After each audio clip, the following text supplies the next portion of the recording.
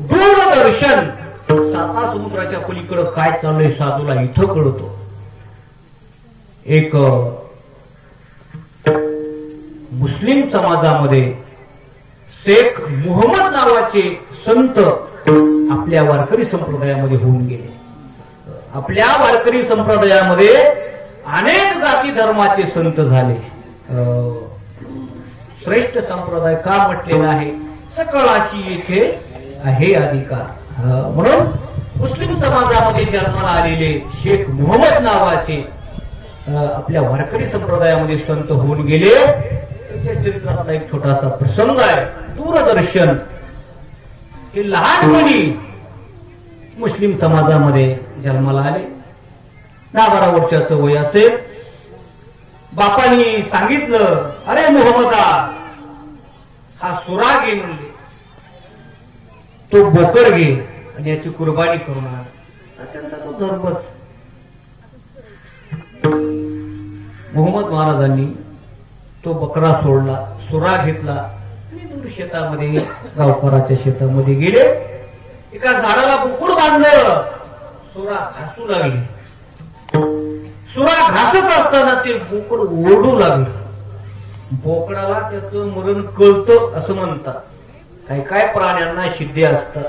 जसं त्याला हंसाला दूध आणि पाणी वेगळी करण्याची सिद्धी असते का नाही. कुत्र्याला जी चोरी माणसाला सापडत नाही तो चोर कुत्र्याला सापडतो, ही कुत्र्याला सिद्धी आहे. तसं अनेक प्राण्यांना काही सिद्ध्या असतात. तसं बोकडाला त्याचं मरण कळतं. बोकड ओरडू लागला. यांचं हृदय द्रवलं. साधूचं हृदय होतं.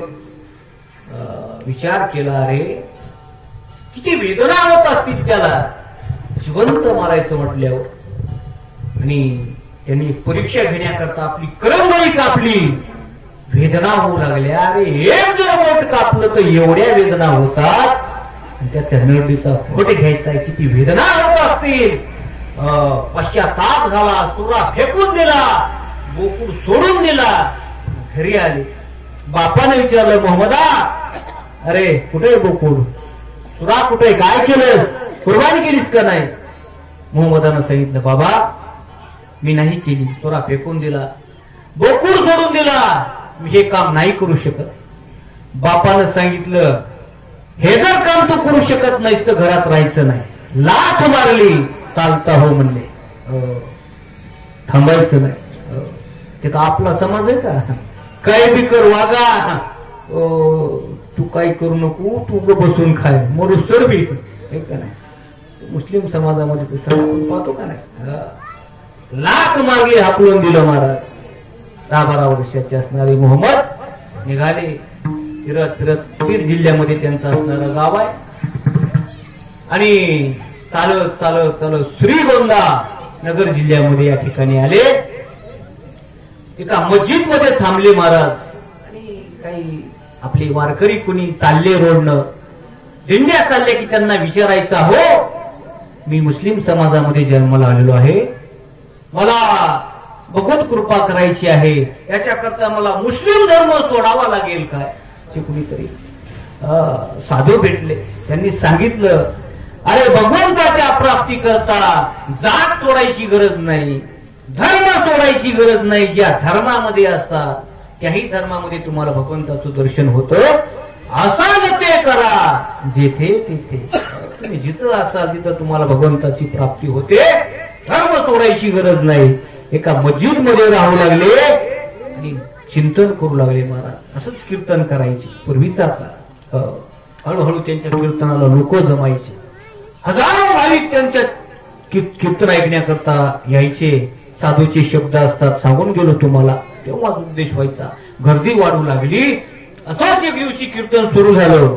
रात्रीची वेळ, पूर्वी 9 ते 11 जुना काळ, रात्रभर कीर्तन चालायचे. आणि रात्री कीर्तनाला सुरुवात झाली. रंगामध्ये कीर्तन आलं महाराज. आणि उगतची उगत महाराजांनी असं चिंतन चालू असताना उडी मारली, अशी टाळी वाजवली. तर लोक म्हणले, महाराजांनी उडी मारून टाळी का वाजवली असेल. लोकांना त्याचा अर्थच कळाला नाही. कीर्तन वगैरे झालं. आणि मग काही चाणाक्ष माणसं म्हणले, महाराज कीर्तन मस्त झालं, पण तुम्ही अचानक उडी मारली आणि टाळी वाजवली, हे काय आम्हाला कळलं नाही हो, म्हणजे काय नेमकं कारण आहे. त्यावेळेस मोहम्मद महाराजांनी सांगितलं, अहो म्हणजे तिकडं देहूमध्ये सुद्धा तुकोबारायचं कीर्तन चालू होतं म्हणले आपल्या बरोबरच. देहूमध्ये सुद्धा सर्व वारकरी कीर्तनामध्ये रंगून गेले होते. असाच मंडप दिलेला होता. पूर्वीच्या काळी लाईट नव्हती, टेम्यावाले असे उभे राहायचे प्रकाशासाठी, आणि त्या भजनामध्ये रंगून गेले, उड्या मारू लागले. उड्या मारता मारता एका टेम्यावाल्यानं एवढी उडी मारली, वरचा मंडपच पेटला म्हणले. आता ते सगळे मंत्रमुग्ध झाले, मंडप तर पेटलाय, मग काय करावं म्हणून मी उडी मारली आणि मंडप विजवला म्हणले. आज तर हे पटायचंच नाही. पण पूर्वीच्या काळी श्रद्धाळू भाविक होते, तरी त्या चारजण चाणाक्ष होते. खरं असेल का हे, देवूतला मंडप इथून उजवीला म्हणजे खरं असेल का? चारजण भाविक गेले देहूमध्ये, चौकशी केली. अहो इथं या 4-2 दिवसामध्ये इथं कीर्तन झालं का म्हणले तुकोबारायचं. म्हणले हो, फार मोठा कार्यक्रम होता म्हणले, मंडप वगैरे दिलेला होता. काय मंडपाला का आग वगैरे लागली होती का म्हणजे ते काही कळलं नाही. पण एका कोणत्यामध्ये मंडप आम्हाला जळायला दिसला म्हणले हो, तर ते कसा पेटला आणि कसा विजला हे काहीच कळलं नाही. मग त्यांना परिस्थिती आली, बाबा जे मोहम्मद महाराजांनी टाळी वाजून विजवलं ते खरं आहे. संताकडे ही ताकद असते महाराज.